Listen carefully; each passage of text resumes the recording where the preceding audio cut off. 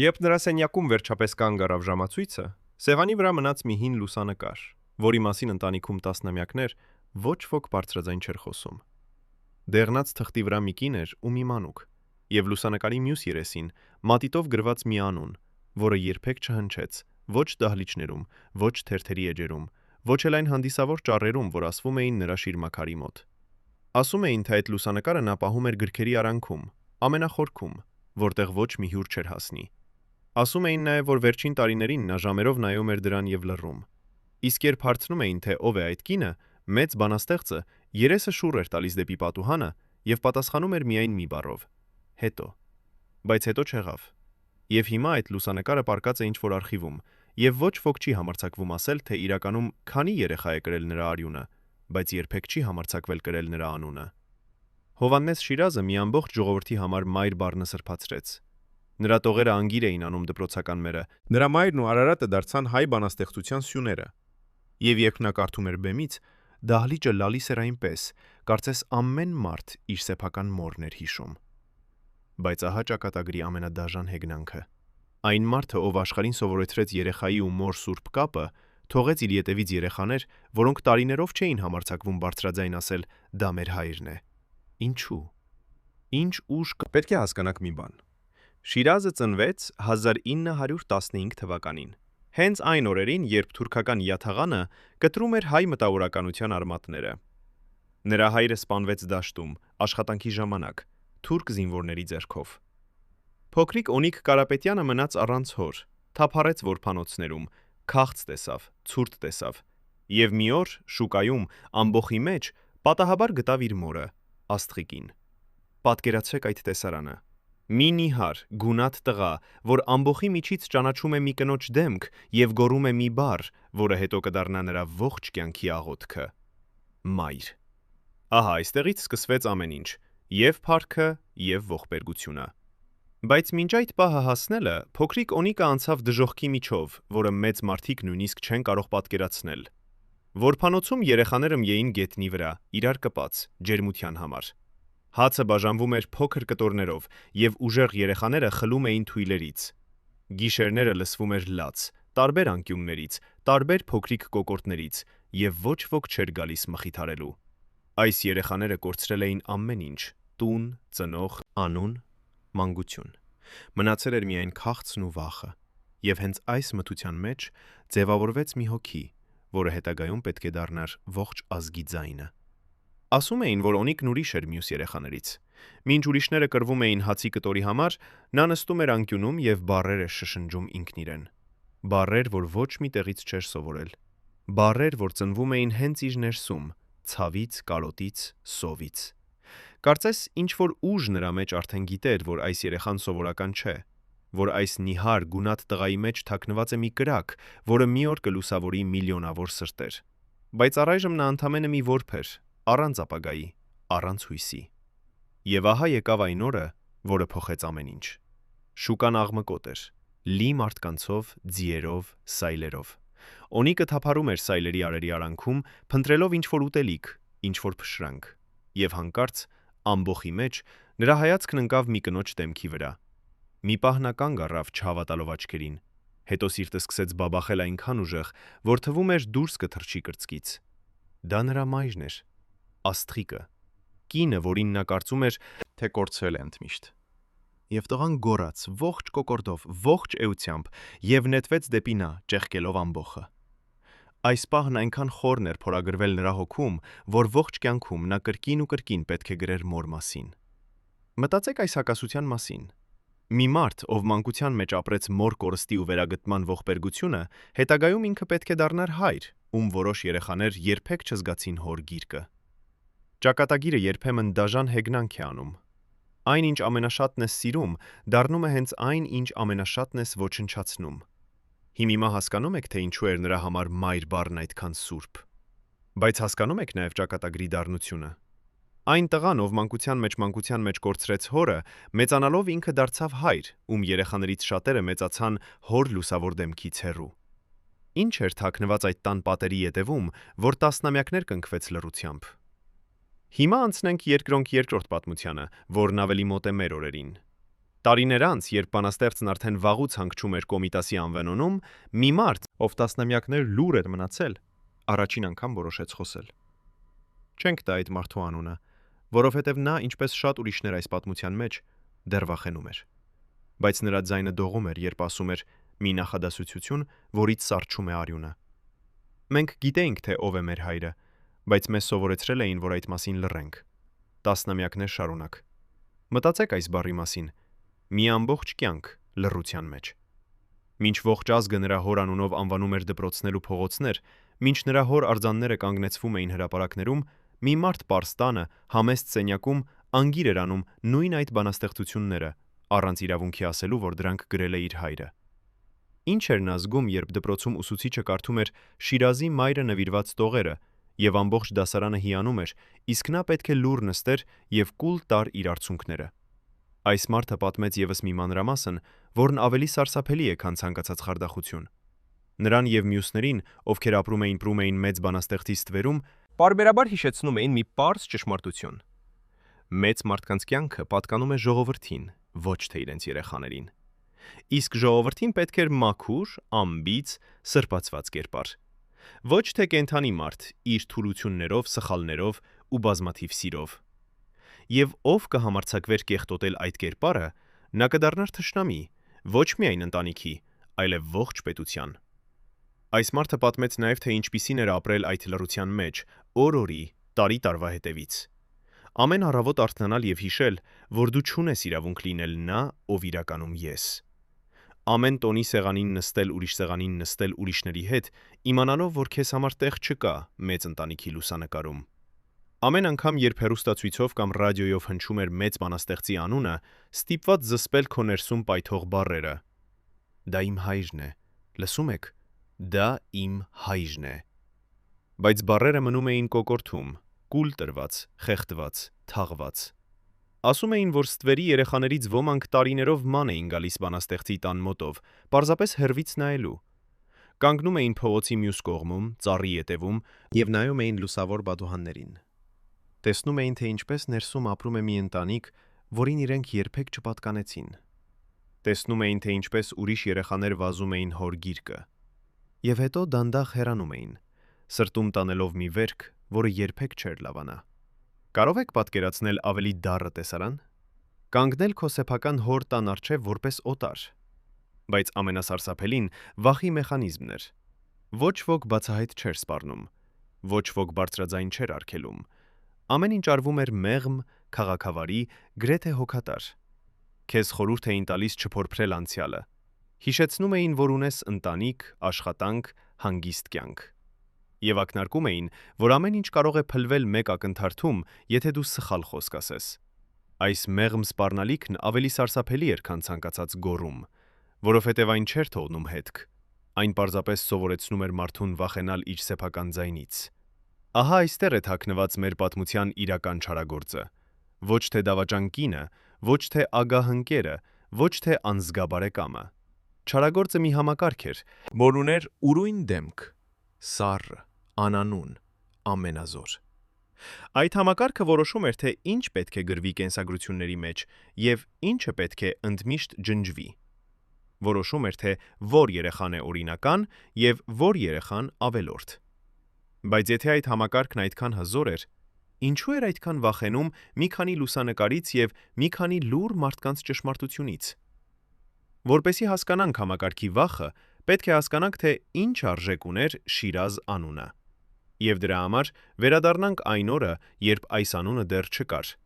Կար միայն մի անտուն, կռվարար, համար պատանի, ով գիշերները քնում էր որտեղ պատահեր, իսկ ցերեկները բարեր էր հավաքում, ինչպես ուրիշները հաց էին հավաքում։ 1931 թվականին տպագրվեց նրա առաջին գործը՝ Գառնան սկիզբ վերնագրով։ Իսկ Վիպասան Ատրպետը, կարդալով այդ տովերը, երիտասարդին տվեց մի անուն, որը պետք է հնչեր դարեր։ Շիրազ, ի պատիվ պարսկական քաղաքի վարդերի, քանի որ պատանու բանաստեղծությունը բուրում էր այդ վարդերի պես, եւ ահա անունը ծնվեց։ Բայց անունը միայն սկիզբն էր, որովհետև Շիրազը հասկացավ մի բան, որը քչերն են հասկանում։ Բանաստեղծը պետք է լինի ոչ միայն տաղանդ, այլև առասպել։ Մարդիկ սիրում են ոչ թե տողերը, այլ այն կերպարը, որ կանգնած է տողերի ետևում։ Եվ նա սկսեց կերտել իր կերպարը։ Ժողովրդի որդին, որբը, ով դարձավ ազգի ձայնը, մարդը, ով սգում էր ցեղասպանության զոհերին եւ երազում Արարատի մասին։ Այս կերպարն այնքան հզոր էր, որ շատ շուտով այն այլևս չէր պատկանում միայն իրեն։ Այն դարձավ պետական սեփականություն։ Պատկերացրեք, թե ինչ էր կատարվում նրա ելույթներին։ Դահլիճները լցվում էին մինչև վերջին տեղը։ Մարդիկ կանգնում էին միջանցքներում, նստում աստիճաններին, հավաքվում դռների մոտ, միայն մեկ բառ լսելու համար։ Երբ նա բարձրանում էր բեմ, դահլիճը լռում էր այնպես, կարծես ողջ ազգը շունչը պահում էր, հում էր։ Իսկ երբ սկսում էր կարդալ, ձայնը թնդում էր ինչպես զանգ։ Մարդիկ լաց էին լինում, ծափահարում, գոռում նրա անունը։ Կանայք նրան ծաղիկներ էին նետում, տղամարդիկ սեղմում էին նրա ձեռքը արցունքն աչքերին։ Նա արդեն ոչ թե մարդ էր, այլ խորհրդանիշ, ապրող լեգենդ։ Բայց երբ վարագույրը փակվում էր եւ լույսերը մարում էին, մնում էր կենդանի մարդը, իր ողջ խառնաշփոթով։ Տանը նրան սպասում էին ոչ թե ծափահարություններ, այլ վեճեր, արցունքներ, չլուծված հարցեր։ Ասում էին, որ նրա տրամադրությունը փոխվում էր ակնթարթորեն, վայրկյանում անցնելով խնդությունից մռայլության։ Մի պահ նա ծիծաղում էր ինչպես երեխա, մյուս պահին փակվում էր սենյակում եւ ոչ ոքի չէր ընդունում։ Մեծ տաղանդն ու մեծ ցավը հաճախ ապրում են նույն հոգում։ Եվ որքան ավելի վառ էր լույսը բեմին, այնքան ավելի խորն էր մթությունը կուլիսների ետևում։ Ահա այսպիսին էր մեր հերոսի կրկնակի կյանքը։ Ցերեկը ազգի կուրք, ամբից լուսավոր։ Գիշերը տանջված մարդ, որին հետապնդում էին իր սեփական մեղքերն ու կարոտները։ Եվ այս երկու կյանքերի արանքում, ինչ որտեղ ստվերում, ապրում էին երեխաներ, ովքեր երբեք չտեսան լույսը, այլ միայն մթությունը։ Ինչպիսին կլիներ նրանց ճակատագիրը, եթե նրանց հայրը պարզ մարդ լիներ, ոչ թե ապրող լեգենդ։ Բայց ամեն առասպելի ետևում թաքնված է կենդանի մարդ։ Եվ կենդանի մարդը սիրում էր։ Շատ էր սիրում, կրքոտ, անզուսպ, առանց հաշվի առնելու հետևանքները։ Նա սիրահարվում էր հեշտությամբ եւ ամբողջ էությամբ, ինչպես միայն բանաստեղծները կարող են սիրահարվել։ Եվ հենց այս կրքից ծնվեցին երեխաներ, ոմանք օրինական ամուսնության մեջ, ոմանք ստվերում։ Քանի էին նրանք իրականում։ Ոմանք ասում են 7, ոմանք ավելի շատ։ Բայց ճշգրիտ թիվը մինչ օրս հայտնի չէ։ Եվ հենց այս անհայտությունն է, որ տասնամյակներ շարունակ տանջում է բոլորին, ով փորձում է հասնել ճշմարտությանը։ Հիմա պատկերացրեք այն ժամանակը, խորհրդային Հայաստան, բարոյականության խիստ օրենքներ։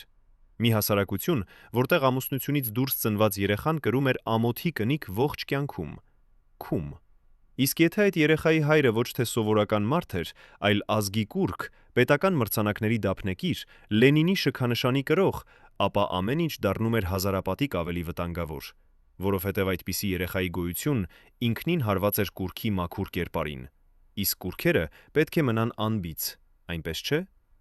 Ահա թե ինչու սկսվեց լռությունը, ոչ թե միանգամից,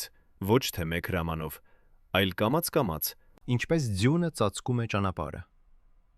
Նախ խնդրեցին չխոսել, հետո խորհուրդ տվեցին մոռանալ, հետո սպառնացին, եւ վերջապես ջնջեցին։ Ջնջեցին փաստաթղթերից, կենսագրություններից, հիշողություններից։ Մնացին միայն մի քանի լուսանկար գրքերի արանքում եւ մի քանի լուռ մարդ, ովքեր գիտեին ճշմարտությունը, բայց վախենում էին այն ասել։ Բայց ինչպես սկսվեց այս ամենը։ Ով էր առաջին կինը, ով մտավ բանաստեղծի կյանք եւ մտավ նաեւ ողբերգության պատմության մեջ։ Եվ ինչու նրանց զավակը, ծնված մեծ սիրուց, ստիպված եղավ ողջ կյանքում ապացուցել, որ իրավունք ունի կրել իր հոր անունը։ Այս հարցերի պատասխանը մեզ կտանի դեպի մի սիրավեպ, որն սկսվեց որպես հեքիաթ եւ ավարտվեց որպես պատերազմ։ 1941 թվականը։ Պատերազմն արդեն թակում էր երկրի դռները, բայց Երևանում երկու բանաստեղծ ապրում էին իրենց սեփական, ոչ պակաս դաժան պատերազմը։ Մի կողմում կանգնած էր Շիրազը, կրակոտ, անզուսպ, փառքի շեմին, մյուս կողմում Սիլվա Կապուտիկյանը, նուրբ, հպարտ, սուր լեզվով օժտված մի կին, ով ինքն էլ պետք է դառնար ազգի սիրելի բանաստեղծուհին։ Նրանց սերը բռնկվեց ինչպես չոր խոտի կրակ, արագ, վառ, ամեն ինչ լափող։ Եվ ինչպես ամեն այդպիսի կրակ, այն շատ արագ այրեց ինքն իրեն։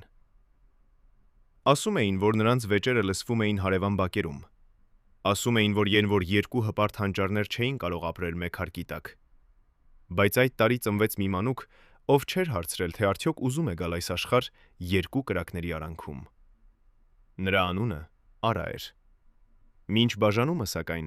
եղավ սերը, եւ ինչպիսի սեր։ Երկու բանաստեղծ, երկու հրաբուխ, երկու հոգի, որ վառվում էին նույն կրակով։ Ասում էին, որ նրանք ժամերով կարդում էին միմյանց իրենց նոր տողերը, վիճելով ամեն բառի շուրջ։ Ասում էին, որ նրանց զրույցները նման էին մենամարտի, որտեղ զենքը բառերն էին։ Սա սովորական ամուսնություն չէր, սա երկու հանճարների միություն էր։ Եվ ինչպես ամեն այդպիսի միություն, այն կրում էր ինքնակործանման սերմը, որովհետև երկու արև չեն կարող փայլել մեկ երկնքում։ Կինը հպարտ էր, անկախ, սուր լեզվով։ Նա չէր պատրաստվում ապրել մեծ բանաստեղծի ստվերում որպես ընդամենը կին։ Նա ինքն ուներ տաղանդ, ձայն, հավակնություն, իսկ բանաստեղծն իր կողմից սովոր էր, որ ամբողջ աշխարհը պտտվում է իր շուրջը։ Երկուսն էլ ուզում էին լինել կենտրոնում, երկուսն էլ ուզում էին վերջին խոսքը։ Եվ այսպես, սերը, որ սկսվել էր որպես երգ, շատ արագ վերածվեց ճակատամարտի։ Ասում էին, որ հարևանները լսում էին նրանց վեճերը մինչև ուշ գիշեր։ Ասում էին, որ դռները շրխկում էին, ափսեները կոտրվում էին։ Բայց ով կարող է իմանալ, թե իրականում ինչ էր կատարվում այդ պատերի ետևում։ Եվ ահա, այս փոթորկի կենտրոնում ծնվեց մի մանուկ,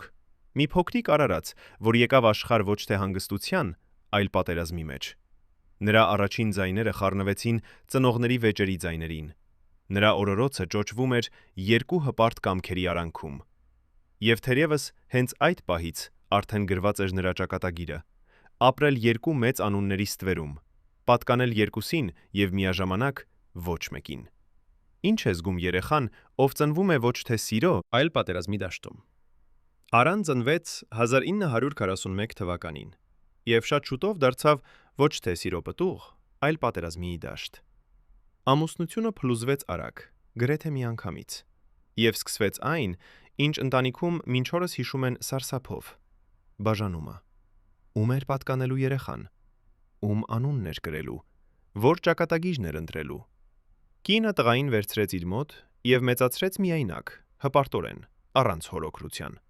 Իսկ բանաստեղծը մնաց իր կողմում, վիրավորված, զայրացած, ստեղծելով դառը տողեր։ Երկու հանճարներ պատերազմում էին, իսկ պատերազմի կենտրոնում կանգնած էր մի փոքրիկ տղա, ով սովորում էր ապրել երկու մեծ ստվերների միջև։ Հիմա ուշադիր եղեք, որովհետև այստեղ թաքնված է մի մանրամասն, որը բացատրում է ողջ ողբերգությունը։ Տղան մեծացավ, դարձավ տաղանդավոր քանդակագործ, ստեղծեց արձաններ, որոնցով հիանում էր ողջ երկիրը, բայց իր անունը։ Փաստաթղթերում նա գրանցված էր որպես Կարապետյան, հոր իսկական ազգանունով, իսկ արվեստում ընտրեց Շիրազ ազգանունը։ Մտածեք միայն այս բանի մասին. մի մարդ, ով ստիպված էր ընտրել, թե որ անունն է կրելու։ Կարծես անունը հագուստ լիներ, որ կարելի է հագնել ու հանել։ Իսկ ինչ էր զգում նրա հայրը, երբ տեսնում էր որդու հաջողությունները հեռվից, թերթերում, ուրիշների շուրթերից։ Հպարտություն, թե խղճի խայթ։ Մտածեք, թե ինչ էր նշանակում ապրել երկու անունների արանքում։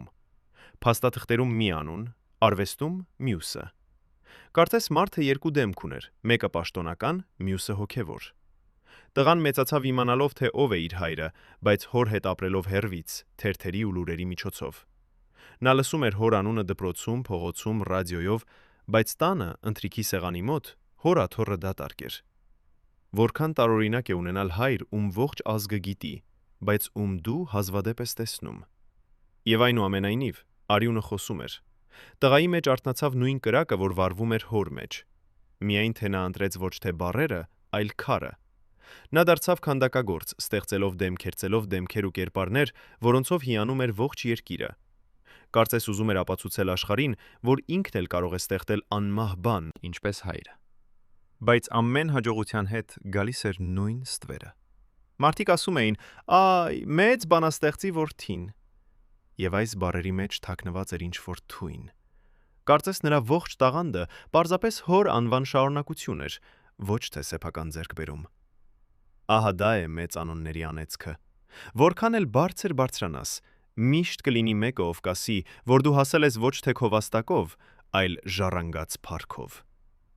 Տղան ողջ կյանքում կրեց այս բեռը, ապացուցելով կրկին ու կրկին, որ ինքն իր անունն ունի։ Բայց արդյոք երբևէ ազատվեց ստվերից, թե մինչև վերջ մնաց մեծ հոր որդին, ոչ ավելի, ոչ պակաս։ Բայց Արան ինչ որ իմաստով բախտավորներից էր։ Այո, դա տարօրինակ է հնչում, բայց ճիշտ է, որովհետև նրա մասին գոնե գիտեին։ Նրա ծնունդը գրանցված էր։ Նրա մայրը հայտնի հարգված կին էր, ով ուներ ուժ ու ձայն պաշտպանելու իր երեխային։ Իսպային ուրիշ երեխաներ, որոնց անունն ընդհանրապես չհնչեց ոչ մի փաստաթղթում, որոնց ծնունդը ոչ ոք չգրանցեց որպես մեծ բանաստեղծի զավակ, որոնք մեծացան իմանալով ճշմարտությունը, բայց զրկված լինելով այն ապացուցելու իրավունքից։ Հենց նրանք էին մեր պատմության իրական ստվերները։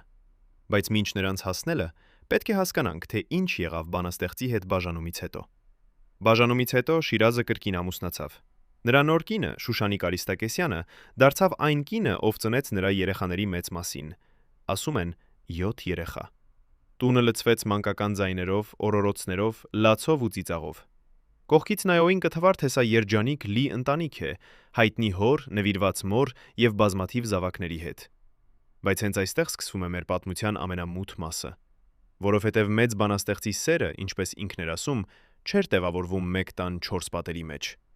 Եվ ինչ որտեղ այդ պատերից դուրս ապրում էին ուրիշ կանայք եւ ուրիշ երեխաներ։ Երկրորդ տունը լի էր կյանքով։ Շուշանիկը նվիրված կին էր, ով իր ուսերին վերցրեց հսկայական բեռ, մեծացնել բազմաթիվ երեխաների, հայր ունենալով, ով պատկանում էր ոչ թե ընտանիքին, այլ ողջ ազգին։ Տունը միշտ լի էր հյուրերով, բանաստեղծներով, երկրպագուներով։ Մարդիկ գալիս էին ամեն օր, տեսնելու մեծ Շիրազին, լսելու նրա նոր տողերը, խմելու նրա հետ։ Իսկ երեխաները մեծանում էին այս աղմուկի մեջ, սովորելով կիսել իրենց հորը ողջ աշխարհի հետ։ Որովհետև մեծ մարդու երեխա լինելը նշանակում է երբեք ամբողջությամբ չունենալ քո հորը։ Բայց հենց այստեղ, այս լի աղմկոտ տան ետևում թաքնված էր ստվերը։ Ասում էին, որ բանաստեղծի սերը չէր սահմանափակվում մեկ տանով։ Ասում էին, որ կային ուրիշ կանայք, տարբեր քաղաքներում, տարբեր տարիներին, եւ որ այդ կանանցից ոմանք ծնեցին երեխաներ, որոնց ճակատագիրը դարձավ լռությունը, սրանք միայն շշուկներ էին, որ պտտվում էին գրական շրջանակներում, ձայնը ցածրացրած, դռները փակ։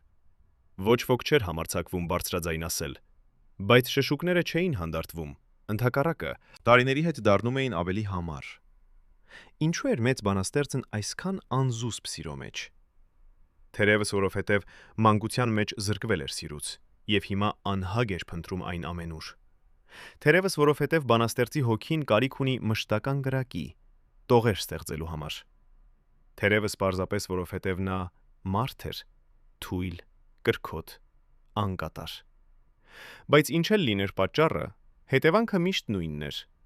Ծնվում էին երեխաներ, ովքեր ստիպված էին վճարել իրենց հոր կրքի գինը, իսկ այդ գինը կոչվում էր անանունություն։ Ահա այստեղ պետք է խոսենք մի անտեսանելի պայմանագրի մասին, որը ոչ ոք երբեք չստորագրեց, բայց որը կապեց բանաստեղծին ավելի ամուր, քան ցանկացած շղթա։ Այս պայմանագիրը կնքվել էր մի կողմից նրա, մյուս կողմից պետության միջև։ Պայմանները պարզ էին ու դաժան։ Քեզ կտանք փառք, շքանշաններ, մրցանակներ, դպրոցներ քո անունով։ Քո տողերը կդնենք դասագրքերում, քո արձանը կկանգնեցնենք հրապարակում։ Բայց դրա դիմաց դու պետք է լինես անբիծ։ Քո կյանքը պետք է լինի օրինակելի։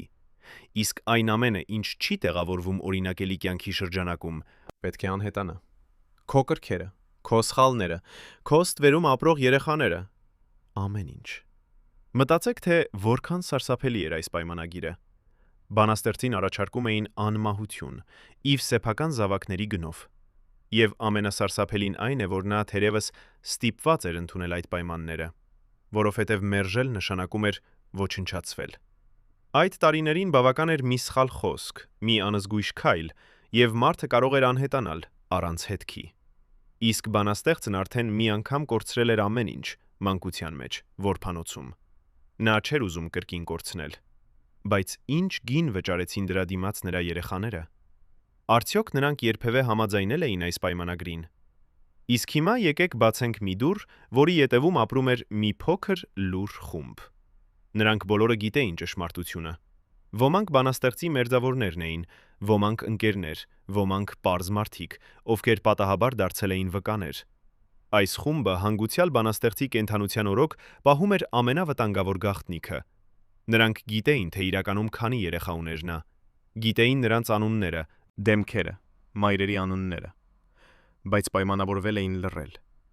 Ոչ թե չարությունից, այլ վախից, որովհետև բոլորը հասկանում էին, որ այս ճշմարտությունը կարող է կործանել ոչ միայն կուռքին, այլև բոլորին, ով համարձակվի այն բարձրաձայնել։ Այս լուր խումբը գործում էր անթերի։ Երբ որևէ լրագրող փորձում էր փորփրել բանաստեղծի անձնական կյանքը, պատասխանը միշտ նույնն էր. մեծ մարդը պատկանում է ժողովրդին, ոչ թե բամբասանքին։ Երբ որևէ երիտասարդ, ով կասկածում էր, թե կարող է բանաստեղծի զավակը լինել, փորձում էր մոտենալ, նրա առջև բարձրանում էր անտեսանելի պատ։ Դռները փակվում էին, հեռախոսները լռում էին, եւ մարդը մնում էր մենակ, իր ճշմարտության ու իր կասկածների հետ։ Իսկ ով էր կառավարում այս լուր խումբը։ Ով էր որոշում, թե ով է մոտենալու իրավունք ունի եւ ով ոչ։ Պատասխանն ավելի սարսափելի է, քան կարող եք պատկերացնել։ Ոչ ոք չէր կառավարում, եւ միաժամանակ բոլորը։ Համակարգն այնքան խորն էր մտել մարդկանց հոգիների մեջ, որ նրանք իրենք կամովին պաշտպանում էին գաղտնիքը։ Մայրերը երեխաներին սովորեցնում էին լռել։ Բարեկամները միմյանց հիշեցնում էին զգուշանալ։ Եվ այսպես, սերնդեսերունդ, լռությունը դառնում էր ավելի խիտ, ավելի ամուր, ավելի անհաղթահարելի։ Մի ամբողջ ընտանիք ապրում էր ստի մեջ, ոչ թե այն պատճառով, որ ինչ-որ մեկը ստիպում էր, այլ որովհետև բոլորը վախենում էին ճշմարտությունից։ Այս վախն ուներ բազմաթիվ դեմքեր։ Մայրերը վախենում էին, որ եթե ճշմարտությունը դուրս գա, իրենց երեխաները կդառնան ծաղրի առարկա, ապօրինի, ավելորդ, անցանկալի։ Ինքը, բանաստեղծը, վախենում էր, որ իր մաքուր կերպարը կփլվի, եւ իր հետ կփլվի ամեն ինչ, ինչ նա կառուցել էր կյանքի ընթացքում։ Պաշտոնական ընտանիքը վախենում էր կորցնել անվան ու ժառանգության նկատմամբ իր իրավունքը, իսկ համակարգը պարզենում պարզապես վախենում էր ամեն ինչից, ինչ դուրս էր սահմանված կարգից։ Բոլորը վախենում էին, եւ այս ընդհանուր վախն էր, որ պահում էր լռության պատը կանգուն։ Ասում էին, որ երբեմն ընտանեկան հավաքների ժամանակ օդում կախվում էր մի տարօրինակ լռություն։ Կարծես բոլորը գիտեին ինչ-որ բան, որի մասին ոչ ոք չէր խոսում։ Մեկը հիշատակում էր մի անուն, պատահաբար, եւ սեղանի շուրջ բոլորը սառչում էին։ Հետո ինչ-որ մեկը արագ փոխում էր թեման, եւ կյանքը շարունակվում էր։ Բայց այդ պահերը մնում էին հիշողության մեջ, ինչպես ճաքեր ապակու վրա։ Բոլորը զգում էին, որ ինչ-որ բան թաքնված է, բայց ոչ ոք չէր համարձակվում փնտրել այն։ Իսկ երեխաները։ Երեխաները, ինչպես միշտ, զգում էին ճշմարտությունը, նույնիսկ առանց բառերի։ Նրանք նկատում էին հայացքները, լռությունները, անբացատրելի թեմայափոխությունները։ Նրանք մեծանում էին իմանալով, որ ընտանիքն ունի գաղտնիք, բայց չհամարձակվելով հարցնել, թե ինչ է այն։ Եվ այսպես, լռությունը փոխանցվում էր սերնդից սերունդ, ինչպես ժառանգություն, որը ոչ ոք չէր ուզում, բայց բոլորը ստիպված էին ընդունել։ Բայց վախի ետևում միշտ թաքնված է ինչ-որ բան, որից վախենում են։ Իսկ ինչ կլիներ, եթե ճշմարտությունը դուրս գար։ Ինչ վտանգ էր սպառնում։ Չէ՞ որ խոսքը ընդամենը մի քանի երեխայի մասին էր, ովքեր ուզում էին իմանալ իրենց հոր անունը։ Ինչ սարսափելի բան կար դրանում։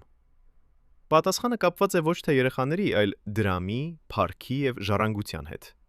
Որովհետև Շիրազ անունը տարիների ընթացքում դարձել էր ոչ միայն բանաստեղծի անուն, այն դարձել էր ապրանք, արժեք, գանձ։ Եվ ինչպես ամեն գանձի շուրջ, դրա շուրջ էլ սկսվեց պայքար։ Մտածեք միայն, թե ինչ էր նշանակում կրել այդ անունը։ Դրա հետ գալիս էին հոնորարներ, գրքերի վերահրատարակություններ, պետական պատվերներ, թանգարան, ժառանգություն։ Ով կրում էր Շիրազ անունը, կրում էր նաև իշխանություն եւ հարստություն։ Իսկ ով չէր կրում, թեկուզ նույն արյունն ուներ, մնում էր դրսում, սառին ու մթության մեջ։ Ահա թե ինչու լռությունն այդքան թանկ էր։ Ահա թե ինչու ստվերում ապրող երեխաներն այդքան վտանգավոր էին։ Որովհետև եթե նրանք բարձրաձայնեին, ստիպված կլիներ բացվել մի հարց, որից բոլորը փախչում էին։ Ում է իրականում պատկանում մեծ բանաստեղծի ժառանգությունը։ Եվ ահա, այս հարցն օդում կախված մնաց տասնամյակներ։ Բանաստեղծը դեռ ողջ էր, դեռ գրում էր, դեռ բարձրանում էր բեմ եւ ստանում ծափահարություններ։ Բայց ինչ որտեղ նրա հոգու խորքում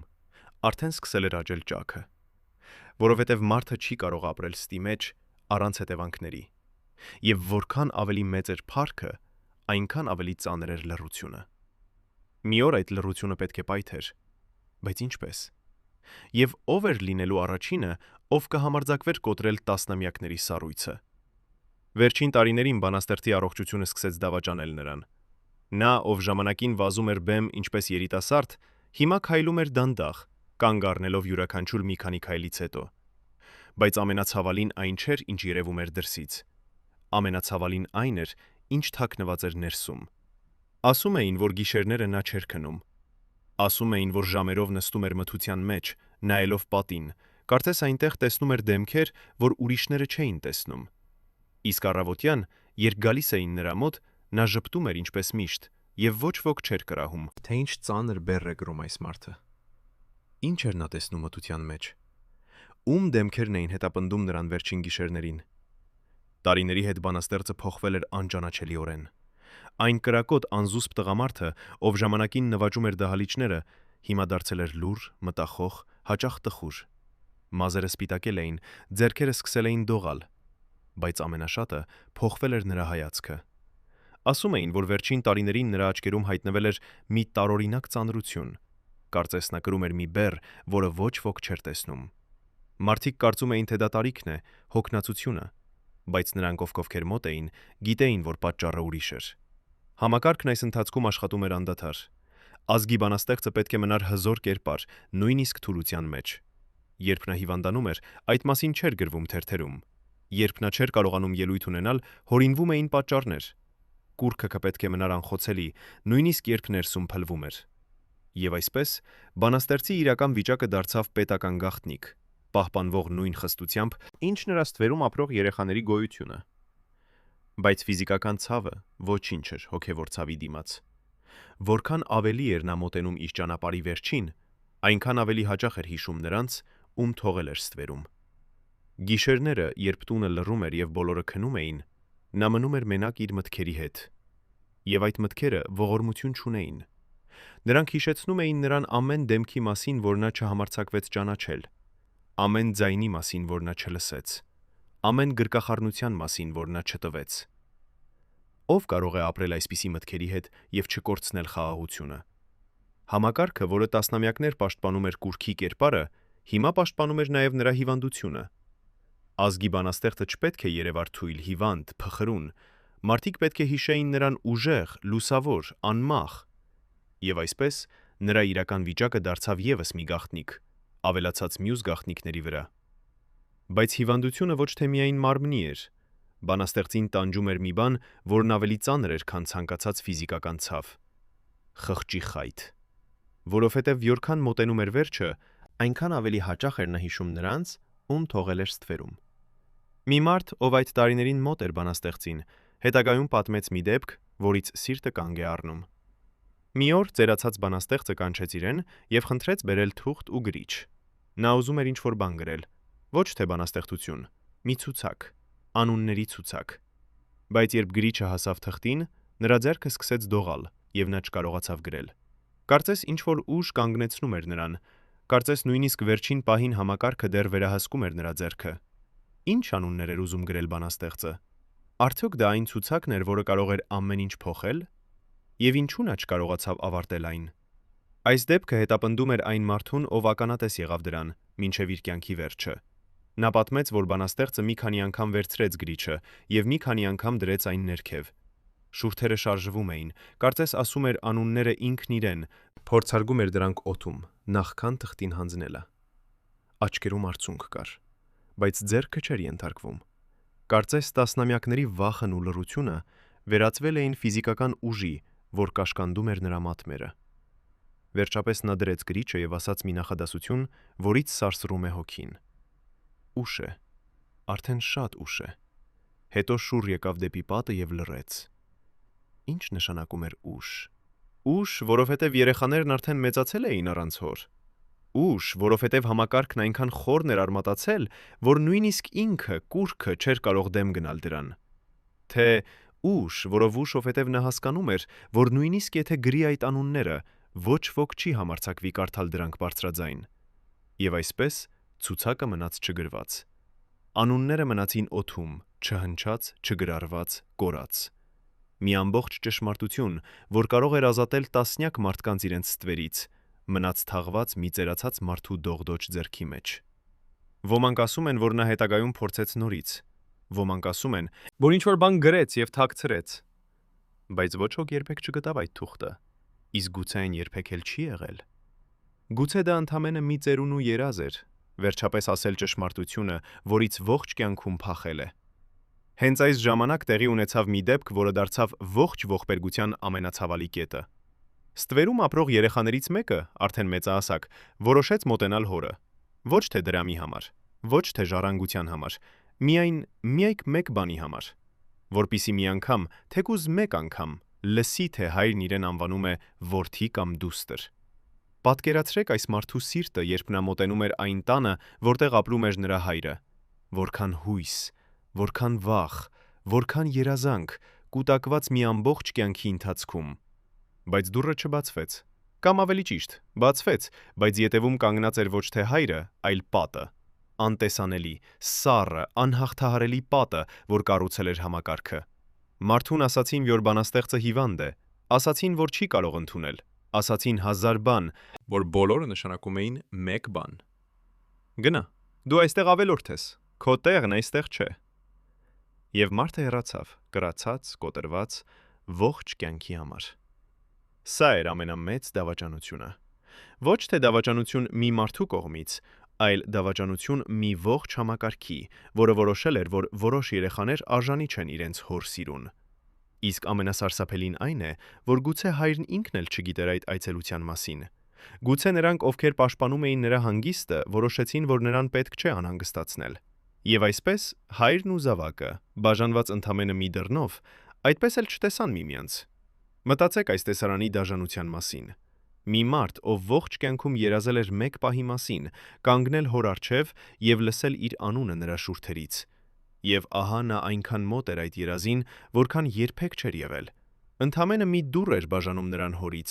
մի բարակ փայտե դուռ։ Բայց այդ դռան ետևում կանգնած էր ոչ թե փայտ, այլ տասնամյակների վախ, ստ ու համակարգ։ Եվ այդ պատը անհաղթահարելի էր։ Ասում էին, որ նա կանգնեց դռան առջև երկար ժամանակ, չհամարձակվելով հեռանալ։ Կարծես հույս ուներ, որ դուռը կրկին կբացվի, որ ինչ-որ մեկը կասի՝ «Սպասիր, արի ներս», բայց դուռը մնաց փակ։ Եվ վերջապես, երբ արդեն մտնում էր, նա շուռ եկավ եւ հեռացավ, դանդաղ, կռացած, կարծես մի վայրկյանում տարիքով մեծացած։ Այդ քայլքը, հորտնից դեպի մթություն, դարձավ նրա ողջ կյանքի խորհրդանիշը։ Միշտ մոտ, բայց երբեք ներսում։ Միշտ արյունով կապված, բայց երբեք ճանաչված։ Իսկ ամենադառնին հետո էր։ Տարիներ անց, երբ արդեն ուշ էր, պարզվեց, որ հայրը թերևս ընդհանրապես չգիտեր այդ այցի մասին։ Որ նրանք, ովքեր պաշտպանում էին նրա հանգիստը, որոշել էին, որ ծերացած բանաստեղծին պետք չէ անհանգստացնել այսպիսի այցելություններով։ Եվ այսպես երկու մարդ, ովքեր կարող էին գտնել միմյանց, բաժանվեցին ընդմիշտ, ուրիշների որոշումով։ Ով տվեց այդ մարդկանց իրավունքը որոշելու, թե հայրն ու զավակը պետք է տեսնեն իրար, թե ոչ։ Մեկը մահացավ չիմանալով, որ որդին եկել էր։ Մյուսը ապրեց, իմանալով, որ հայրը մերժել էր իրեն, թեկուզ դա ճիշտ չէր։ Որքան դաժան կարող է լինել լռությունը։ Բայց ով էր այն մարդը, ով կանգնած էր այդ դռան ետևում եւ որոշում էր, թե ով կարող է մտնել եւ ով ոչ։ Հիմա հասնում ենք մեր պատմության ամենամութ խորքին, որովհետեւ լռությունը պարզ չլսելը չէր։ Լռությունը գործողություն էր։ Մեքենա, որն աշխատում էր անխափան, օր ու գիշեր։ Կային մարդիկ, որոնց գործն էր ջնջել։ Ջնջել անունները փաստաթղթերից, ջնջել դեմքերը լուսանկարներից, ջնջել հիշողությունները մարդկանց գիտակցությունից։ Կար ցուցակ, ոչ թե ցանկալի, այլ արգելված անունների ցուցակ։ Եվ ով հայտնվում էր այդ ցուցակում, դադարում էր գոյություն ունենալ պաշտոնապես։ Մտածեք, թե ինչ էր նշանակում հայտնվել այդ արգելված ցուցակում։ Դու ապրում ես, շնչում ես, քայլում ես փողոցով, բայց պետության աչքում դու չկաս։ Քո ծնունդը գրանցված չէ ճիշտ ձևով։ Քո հայրն այլ մարդ է կամ ընդհանրապես անհայտ։ Քո անունը չի հնչում ոչ մի պաշտոնական տեքստում։ Իսկ եթե փորձես ապացուցել քո ճշմարտությունը, քեզ կասեն, որ դու ստախոս ես, փառքի որսորդ։ Մեծ մարդու անունը կեղտոտող։ Ահա այսպիսին էր այն թակարդը, որի մեջ ընկած էին ստվերի երեխաները։ Որքան ավելի շատ էին պայքարում, այնքան ավելի մեղավոր էին երևում։ Կար մի մեթոդ, որն օգտագործում էր համակարգը, եւ այն աշխատում էր անթերի։ Երբ որևէ մեկը մոտենում էր վտանգավոր ճշմարտությանը, նրան ոչ թե արգելում էին, այլ ծաղրում։ Ասում էին. «Տեսեք, եւս մեկը, ով ուզում է կպչել մեծ անվանը։ Տեսեք, ինչպես են բոլորն ուզում մեծ բանաստեղծի արյունից լինել»։ Եվ այս ծաղրի ներքո իրական ճշմարտությունը կորչում էր սուտ հավակնությունների ծովում, որովհետև իսկապես կային մարդիկ, ովքեր կեղծ էին հավակնում, եւ համակարգը հմտորեն խառնում էր իսկականին ու կեղծին, որպիսի ոչ ոք երբեք չկարողանա տարբերել նրանց։ Խելացի, դաժան, անթերի մեխանիզմ։ Բայց ով էր հորինել այս մեխանիզմը։ Որպիսի հասկանաք, թե ինչպես էր աշխատում այս մեքենան, պատկերացրեք մի սովորական դեպք։ Մի երիտասարդ գալիս է արխիվ փնտրելու իր ծննդյան փաստաթղթերը։ Նա ուզում է իմանալ ճշմարտությունն իր ծագման մասին, բայց արխիվում պարզվում է, որ որոշ էջեր բացակայում են, որոշ գրառումներ ջնջված են, որոշ թղթեր պարզապես չկան, կարծես երբեք չեն եղել։ Աշխատակիցը թոթվում է ուսերը։ Ոչինչ չգիտեմ, փաստաթղթերը կորել են։ Եվ երիտասարդը հեռանում է դատարկ ձեռքերով, չհասկանալով, որ ինչ-որ մեկը կանխամտածված ջնջել է նրա անցյալը։ Սա էր ջնջման արվեստը։ Ոչ թե բացահայտ ոչնչացում, այլ հանգիստ, աննկատ վերացում։ Անունները չէին արգելվում բարձրաձայն։ Դրանք պարզապես անհետանում էին, կամաց-կամաց, փաստաթղթից փաստաթուղթ, ցուցակից ցուցակ։ Մինչև որ մի օր պարզվում էր, որ մարդը պաշտոնապես գոյություն չունի այնպես, ինչպես ինքն է իրեն ճանաչում։ Իսկ ով ուզում էր վերականգնել ճշմարտությունը, բախվում էր անվերջ պատերի, կորած թղթեր, լուռ պաշտոնյաներ, անպատասխան հարցումներ։ Եվ ամենասարսափելին այն էր, որ այս մեքենան չուներ կենտրոն։ Չկար մեկ սենյակ, որտեղ նստած մարդը որոշում էր ամեն ինչ։ Չկար մեկ ստորագրություն, որ կարելի էր ցույց տալ որպես ապացույց։ Մեքենան բաղկացած էր հազարավոր փոքրիկ որոշումներից, որ կայացնում էին հազարավոր սովորական մարդիկ, ամեն մեկն իր փոքրիկ վախով ու իր փոքրիկ լռությամբ։ Եվ հենց դա էր դարձնում այն անհաղթահարելի։ Ինչպես կռվել թշնամու դեմ, որը չունի դեմք, չունի անուն, չունի հասցե։ Պատասխանը նորից վերադարձնում է մեզ դարաշրջանին։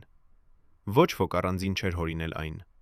Այն ծնվել էր ինքնին, ինչպես ծնվում է ճահիճը, կամաց-կամաց, անտեսանելի։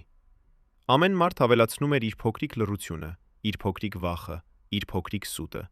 Եվ այս բոլոր փոքրիկ կտորներից կառուցվեց մի հսկայական պատ, որն այնքան բարձր էր, որ ոչ ոք չէր կարող անցնել դրա վրայով։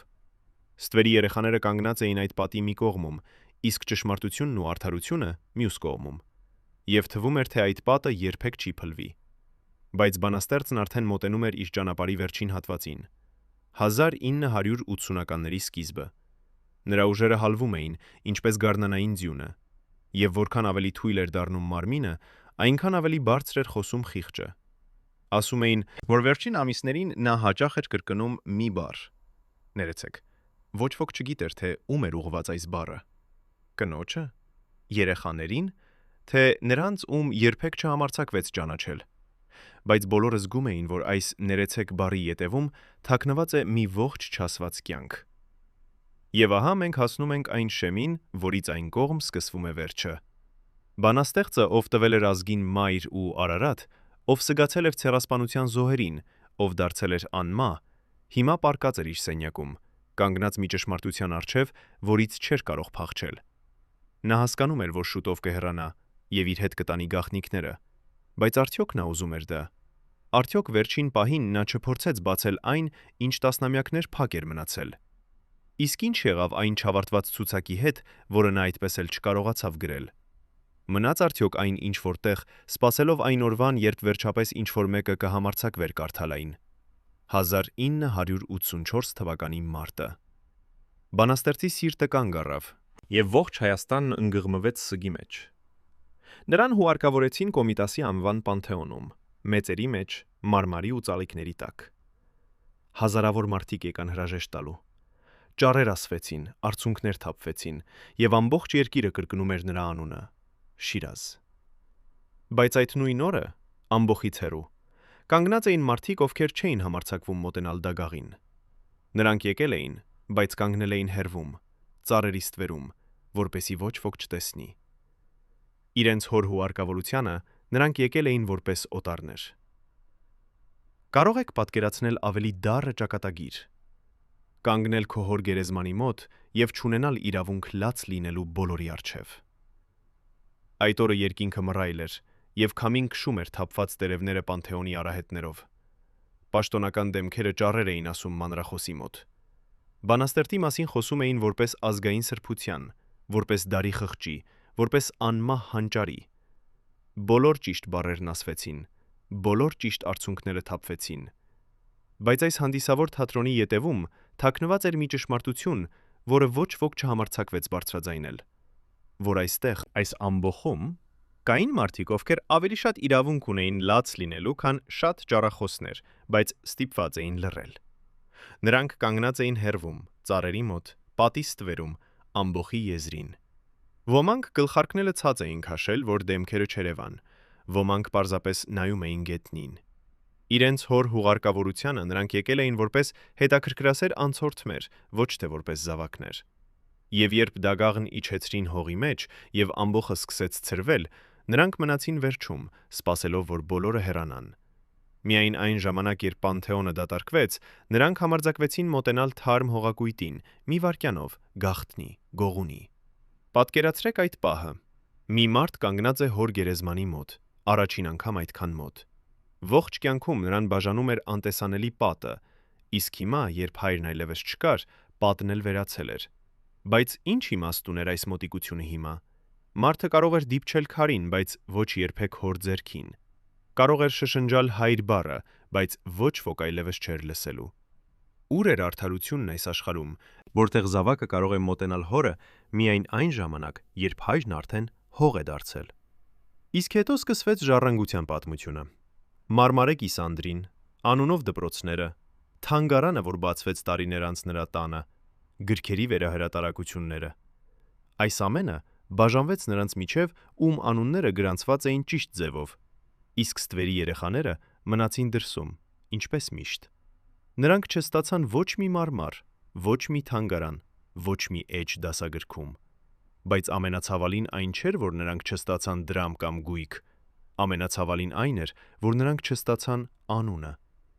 Իրավունքը ասելու աշխարհին, որ մեծեց բանաստեղծի արյունը հոսում է իրենց երակներում։ Մտածեք այս հակասության մասին։ Մի կողմից շքեղ կիսանդրի Պանթեոնում ծաղիկներ, հարգանք, անմահություն։ Մյուս կողմից անանուն մարդիկ, ովքեր նույն արյունն ունեին, բայց ապրում էին մոռացության մեջ։ Մեկ ընտանիք, բաժանված ոչ թե հեռավորությամբ, այլ ստով։ Եվ որքան ավելի շքեղ էր դառնում բանաստեղծի հիշատակը, այնքան ավելի խորն էր թաղվում ստվերի երեխաների ճշմարտությունը, որովհետև որքան մեծ էր կուռքը, այնքան վտանգավոր էր ամեն ինչ, որ կարող էր ճաք գցել նրա մարմարե դեմքին։ Բայց արդյոք մարմարն իսկապես ավելի ուժեղ է, քան արյունը։ Տարիներ անց, երբ բացվեց բանաստեղծի տուն թանգարանը, մարդիկ գալիս էին ամեն օր, տեսնելու թե որտեղ էր ապրել ու ստեղծագործել մեծ հանճարը։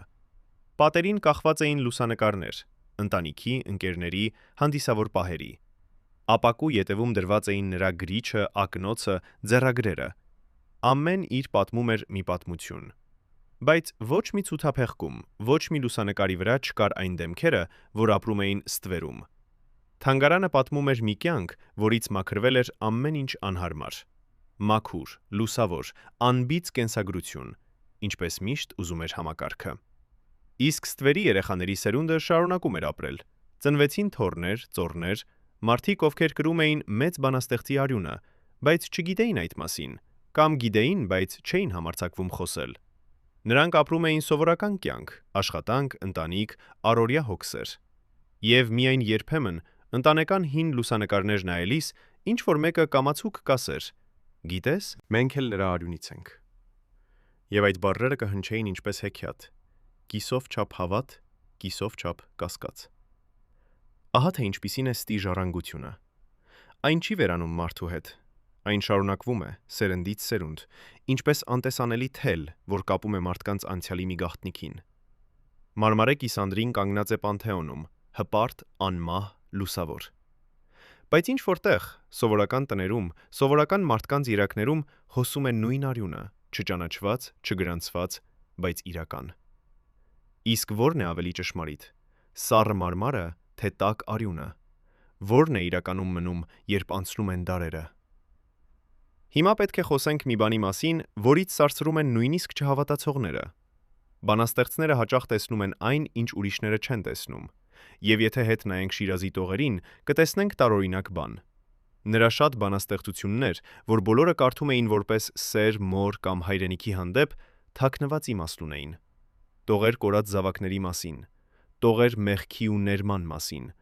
տողեր այն երեխաների մասին, ում նա չկարողացավ գրկել։ Ասում էին, որ վերջին տարիներին նա գրել էր բանաստեղծություններ, որ երբեք չտպագրեց,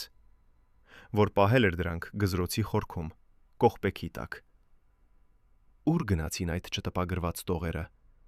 Ինչ ճշմարտություն էին պարունակում նրանք։ Եթե կարդաք նրա բանաստեղծությունները նոր աչքերով, սարսափով կնկատեք, որ դրանց մեջ թաքնված է երկրորդ պատմություն։ Տողեր, որ խոսում են կորստի մասին։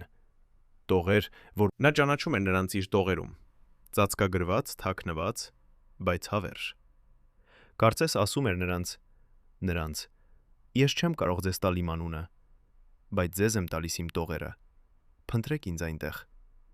Ասում էին նաև, որ վերջին տարիներին նա դարձել էր սնահավատ, որ նա նշաններ էր փնտրում ամենուր, թռչնի թռիչքում, քամու ձայնում, երազներում։ Ասում էին, որ նա մի քանի անգամ արթնացել էր գիշերը կանչելով անունների, որ ոչ ոք չէր ճանաչում։ Կարծես հոգին արդեն պատրաստվում էր ճանապարհին եւ փորձում էր հաշտվել իր անցյալի հետ։ Բայց ինչպես կարող է մարդ հաշտվել մի մեղքի հետ, որը երբեք չի համարձակվել անգամ խոստովանել։ Կար եւս մի նշան, որից սարսափում էին ընտանիքում։ Բանաստեղծի որդիներից մեկը, Սիպանը, ով ինքն էլ բանաստեղծ էր, գրում էր նույն ճակատագրի ծանր ստվերը։ Մեծ հոր անվան տակ ապրելը հեշտ չէր։ Ամեն տող, որ նա գրում էր, համեմատվում էր հոր տողերի հետ։ Ամեն քայլ չափվում էր մեծ անվան չափանիշով։ Եվ 1997 թվականին Սիպանի կյանքն էլ ընդհատվեց ողբերգականորեն, վաղաժամ։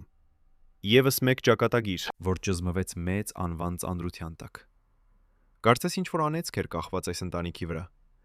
Կարծես մեծ փառքի համար ինչ-որ մեկը պետք է վճարեր մի սարսափելի գին։ Իսկ ով էր վճարում այդ գինը։ Միշտ երեխաները։ Մտածեք, թե ինչպիսի անեծք էր կախված այս ընտանիքի վրա։ Մեծ անունը, որ բերում էր փառք, միաժամանակ բերում էր նաև կործանում։ Ով մոտ էր կանգնում այդ անվանը, այրվում էր նրա լույսից։ Որդիներն ապրում էին մշտական համեմատության մեջ, չկարողանալով երբեք լիովին դուրս գալ հոր ստվերից։ Ստվերի երեխաներն ապրում էին մշտական մերժման մեջ, չկարողանալով երբեք մտնել այդ ստվերի մեջ։ Մի կողմից նրանք, ում ճզմում էր անունը, մյուս կողմից նրանք, ում զրկում էին անունից, եւ ոչ մի կողմում երջանկություն չկար։ Ասում էին, որ ընտանիքում երեխաներից մի քանիսը հեռացան այս աշխարհից վաղաժամ, ողբերգականորեն, կարծես չդիմանալով այն ծանրությանը, որ կրում էին։ Ամեն այդպիսի կորստի հետ շշուկները դառնում էին ավելի բարձր։ Մարդիկ սկսում էին հարցնել. ինչ է կատարվում այս տան հետ։ Ինչու է մեծ փառքին միշտ ուղեկցում մեծ վիշտ։ Բայց պատասխան չկար։ Կամ ավելի ճիշտ, պատասխանը բոլորին հայտնի էր, բայց ոչ ոք չէր համարձակվում այն բարձրաձայնել։ Որովհետև իրականում անեծքը ոչ թե միստիկ էր, այլ շատ իրական։ Անեծքը լռությունն էր։ Այն ստու ծածկույթը, որ տասնամյակներ թունավորում էր այս ընտանիքը ներսից։ Երբ ընտանիքը ստիպված է թաքցնել իր անդամներից մի քանիսին, երբ ճշմարտությունը դառնում է վտանգ, երբ սերը պետք է թաքնվի ինչպես հանցանք, այդ ընտանիքը հիվանդ է։ Եվ այդ հիվանդությունը փոխանցվում է սերնդեսերունդ, ինչպես ժառանգական աղտ։ Քանի սերունդ պետք է տառապի, մինչև մեկը վերջապես համարձակվի կոտրել շղթան։ Ասում էին, որ բանաստեղծը կենդանության օրոք հաճախ էր կրկնում, թե անունը կարող է լինել եւ պարգև, եւ անեծք։ Նա, ով ինքը ստեղծեց իր անունը ոչնչից, գիտեր դրա ուժը, բայց չէր կարող կանխատեսել, որ այդ նույն անունը կդառնա ծանր խաչ իր սեփական զավակների ուսերին։ Ոմանք կրում էին այն հպարտությամբ, ոմանք ցավով, իսկ ոմանք ընդհանրապես իրավունք չունեին կրելու այն, թեկուզ ամեն գիշեր երազում էին այդ մասին։ Ինչ զգացողություն է ունենալ հայր, ում ողջ աշխարհը գիտի, բայց դու չես կարող անվանել քո հայրը։ Տասնամյակներ անցան։ Համակարգը, որ կառուցել էր լռության պատը, ինքն էր փլուզվեց։ Եկան նոր ժամանակներ, երբ մարդիկ սկսեցին խոսել այն մասին, ինչ նախկինում անհնար էր բարձրաձայնել։ Եվ ահա, կամաց-կամաց սկսեցին լսվել ձայներ։ Ծեր մարդիկ, ովքեր մի ամբողջ կյանք լուռ էին մնացել, որոշեցին վերջապես խոսել։ Մի կին, ով ժամանակին աշխատել էր բանաստեղծի ընտանիքում, պատմեց իր տեսածի մասին։ Մի ծեր մարդ, ով հիշում էր այն այցելությունները, որ ոչ ոք երբեք չգրանցեց, որոշեց կիկիսվել իր հիշողություններով։ Եվ ամեն ձայնի հետ պատը մի փոքր ճաքում էր։ Առաջին ձայնը միշտ ամենադժվարն է։ Այն մարդը, ով առաջինը համարձակվեց խոսել, ասում էին, շատ էր վախենում, նույնիսկ այդ տարիներին, երբ վախն արդեն իմաստ չուներ։ Տասնամյակների սովորությունը խորն էր նստել։ Նա սկսում էր նախադասությունը եւ կանգ առնում։ Նայում էր շուրջը, կարծես ինչ-որ մեկը կարող էր լսել։ Հետո ձայնը ցածրացնում էր մինչև շշուկ, բայց ի վերջո խոսում էր։ Եվ յուրաքանչյուր բառի հետ, որ դուրս էր գալիս նրա շուրթերից, թվում էր, թե սենյակում օդն ավելի թեթև է դառնում։ Հետո եկան մյուսները։ Մի ծեր կին, ով ժամանակին լվացք էր անում բանաստեղծի տանը, հիշեց դեմքեր, որ գալիս ու գնում էին։ Մի տարեց տղամարդ, ով վարորդ էր եղել, հիշեց հասցեներ, ուր տանում էր բանաստեղծին դիշերները։ Մի հարևան հիշեց երեխայի լաց, որ լսվում էր մի տանից, որտեղ, ըստ պաշտոնական տարբերակի, ոչ մի երեխա չպետք է լիներ։ Առանձին վերցրած, այս հիշողություններից յուրաքանչյուրը ոչինչ էր,